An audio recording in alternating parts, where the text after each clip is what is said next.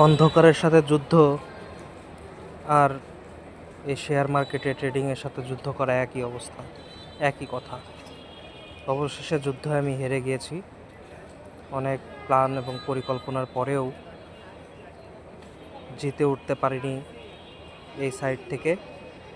অবশেষে আমার কাছে মনে হয়েছে এটা আসলে একটা ধান্দা, কারণ শেষমেশ যখন আমি চেষ্টা করি প্রফিটের দিকে, তখন আমাকে উল্টো দিকে ঘুরিয়ে নিয়ে যায়।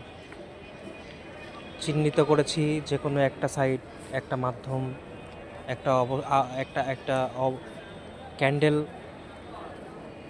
চিহ্নিত করেছি যেটা উপরেই যাবে, কিন্তু শেষমেশ সেটা নিচেই চলে আসে।